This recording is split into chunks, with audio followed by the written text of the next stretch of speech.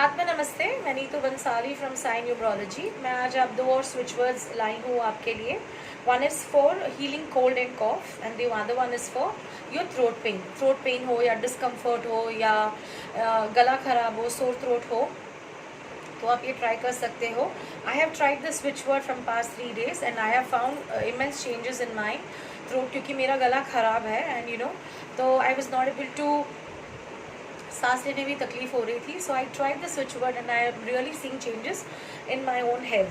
ठीक है, तो कोल्ड एंड कॉफ के लिए आपको पहले चैंट करना है 611। ठीक है, आप यहाँ पे रिस्ट पे लिख भी सकते हो 611 विद अ ब्लू पेन।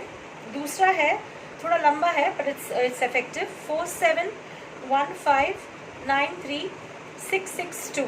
मैं रिपीट करती हूँ 4715936662। ये है कोल्ड एंड कॉफ के लिए। और थ्रोट पेन के लिए है 1999999। I repeat 1999999। तो आप ये चैंट कीजिए। आप ये वाटर थेरेपी भी कर सकते हो, तो ये करके आप ज़रूर इसका फीडबैक ज़रूर शेयर कीजिए। Thank you so much.